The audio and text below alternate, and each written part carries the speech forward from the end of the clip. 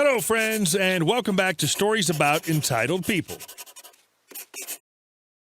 Today we have a new set of crazy stories about crazy people for you to enjoy. Don't forget to subscribe to the channel and turn on notifications so you don't miss a new video every single day. Here we go. Big Bill's Revenge. I work at a service station, petrol station, in Australia. We're a fairly small store, but are right between two very wealthy neighborhoods. As such, we have a lot of rich folk coming in and paying in $100 bills or just asking for them to be changed. We also have a strict only $200 in the till at any given time rule to prevent theft. This, of course, causes issues. E.g., a guy comes in and pays a $100 bill for a coffee, and suddenly we have no change left for other customers. They've tried to combat this by saying you can only get change if you buy something, but people will just buy gum to get change. To make matters worse, we cannot drop coins into the safe. This is also made worse because, unlike many service stations in the area, because we are a smaller branch, we only have a single person working at any given time. It's very time-consuming to drop hundreds into the safe and buy back notes to use as change. So some of my coworkers and I have slowly begun to deter these people through the following tactic. So a guy comes in at the head of a long line of customers. He orders a coffee for $4.75. He pulls out his wallet. I clearly see he has a bunch of 10s and 20s, but he hands me 100. This happens a lot. Me. Sorry, but do you have anything smaller? I don't want to give you too much change. Don't say I never give people a chance. He gives me a crap-eating grin. Customer, nope, it's all I have. So I smile, nod, and proceed to count out $95.25 in coins. All coins. Here in Australia, we have $2 coins and $1 coins, so I mainly use those, but have to throw in a bunch of silvers too. His face goes pale as I'm counting it out. Customer, just give it to me in notes, he says desperately. Me, I'm sorry, sir, but all we have is coins today. I know because I personally deposited most of the notes and took a ton of coins from the safe. As I'm counting, I can see him calculating his options. He could, of course, admit he had other smaller notes, but there's a big group of people watching and it would be embarrassing as hell. But taking home $95.25 in coins would pull his pants around his ankles with their weight no matter how tight he did his belt. Customer, look, don't worry about it. Just give me my effing money back. I don't even want the damn coffee. Me, are you sure? I say as pleasantly as possible. Customer, yeah. I give him his money back and he leaves. By this time, half the customers in line are snickering at him. And our next story. Boss, think about whether you want to keep working here. Me, okay. Nearly 2 years ago, I started work at a company as their digital marketing person. After I started, it turned out that I was brought in to put out the fires left by my predecessor, the VP of Marketing, who had a team of 4 plus himself, spent over $1 million in 1 year, and brought in 5 deals, 2 of them for under $10K. As you can well imagine, after a performance like that, I had lots of work to do and very little to do it with. Aside from 1 or 2 paid tools, everything else was to be done using free tools only. I'm going to do some bragging here. I beat the previous year's figures in all categories with 10% of the budget. When I started, I thought Boss Man, founder/CEO, had a really good management style, saying things like, "Your successes are yours, your mistakes are mine," and "The enemy of good is great. I don't expect perfection." I want you to make sure things work and get them done.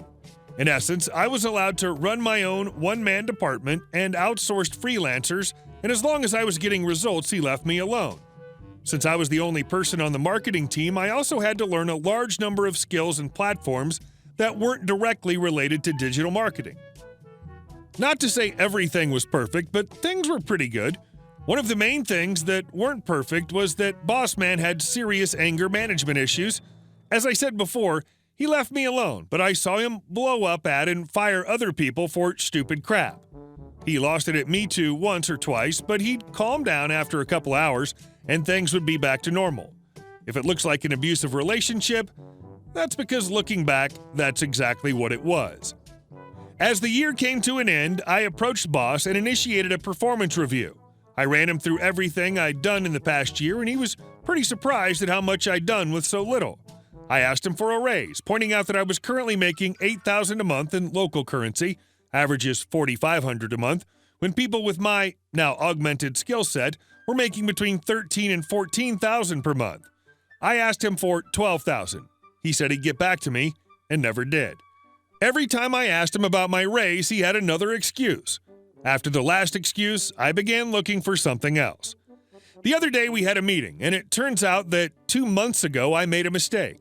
It wasn't a critical mistake, and it was rectified within a few hours of discovering the mistake. No harm or damage was caused whatsoever to company, but boss man flipping lost it. I mean, slamming on tables, yelling for the whole office to hear, what have you. Then he said the magic words, "Pack your things up and go home. Think about whether you want to keep working here." So that's what I did. And 10 seconds later I said, "No, I don't." I started packing up my crap while he turned an even deeper shade of red and got even louder. I didn't answer him at all, just kept on packing up my things and saying goodbye to my colleagues. Turns out that being ignored really pushed his buttons to the point where he started threatening to call security and have me removed while I was actively removing myself and my things from the office. Here's the part where it gets beautiful. My country is very strict on employees' rights. Sorry, Americans, I feel your pain. His words and behavior are considered an improper dismissal. By law, he's required to give me 30 days notice of dismissal, which he didn't. When he realized his mistake, he convened a pre-dismissal hearing, but it was already too late. He's opened himself up to a lawsuit, which I'm already talking with lawyers about. Because by law, he has to give me those 30 days notice, even though he already fired me. For the next 30 days, I'm eligible for all the benefits and social rights in my salary, but I can do jack crap for him, and there's nothing he can do to me without making the incoming lawsuit 10 times worse. I've already got 4 interviews lined up for the next week, paying almost double what boss was paying me. And best of all, I'll be interviewing for other places on his dime. The cherry on top is that because I'm the only marketing person, without me, nothing happens in the marketing department for the next month. And if he doesn't hire someone on in time, I won't be around to answer any questions the new person might have. And our last story. Falsely accuse me of making too much noise? Have some real noise. This was around 20 years ago. I just moved out of my parents' house and into my own place, a nice 3-bedroom apartment in an apartment building. This is the moment you grew up and move out so you can enjoy all the adult stuff, like walking around in your underwear at 3 p.m. and eating 25 breadsticks. Anyway, that's besides the story. I was on the 4th floor of the apartment, and after living there for about 2 years on good terms with basically all my neighbors, the apartment on the 3rd floor directly beneath me got rented to a new couple. They were old, as in 60-plus old, and home all the time. This wasn't a problem since I was out most days for work, and when I got home in the evenings, I'd sit behind the computer. A couple of weeks after they moved in, the lady from downstairs came to my door on a Saturday. "Could you please stop making so much noise? We're downstairs and it's unbearable." Okay. I never had complaints from the previous neighbors and I had to go out, so I told them I'd be more considerate. I had no idea what I was doing wrong since I wasn't home much, but hey. A couple weeks passed, we fast forward to an evening somewhere during the week. I just got home from work and was cooking food when the downstairs neighbor came up again. "We're going to call the police if you keep this up." Right. I just came home from work. I'm tired and I don't handle this well. "Hey lady, I just got home. There's no way I'm making too much noise, so stop complaining and call the damn police if you want to." Something along these lines was my political answer. "If you don't believe it, come listen for yourself." Time for a break. I'm the only one in my apartment and she just invites me to come listen in their apartment to the noise I should be making. It started dawning on me that this might not be the smartest neighbor ever. Okay, let's go. I went down to their apartment and stepped inside. They had no curtains and hardly any paintings or furniture up, so the apartment was noisy. I stood in the living room with her husband and her telling me how much noise I was making daily. Listen. I listened and there were indeed sounds, but nothing noisy. Listen up. I'm currently in your apartment, so it can't possibly be me making these sounds. They're not even that loud, so stop complaining about it to me. I handled that pretty well, was my thought as I went back to my apartment. Sadly, they had a different opinion.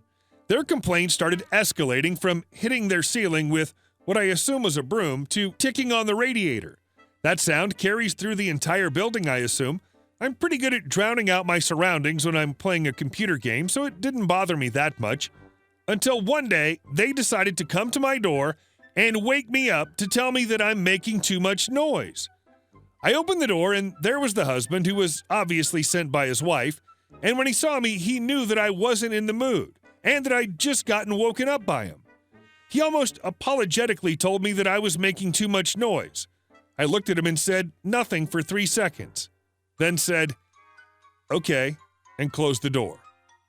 It is effing on now.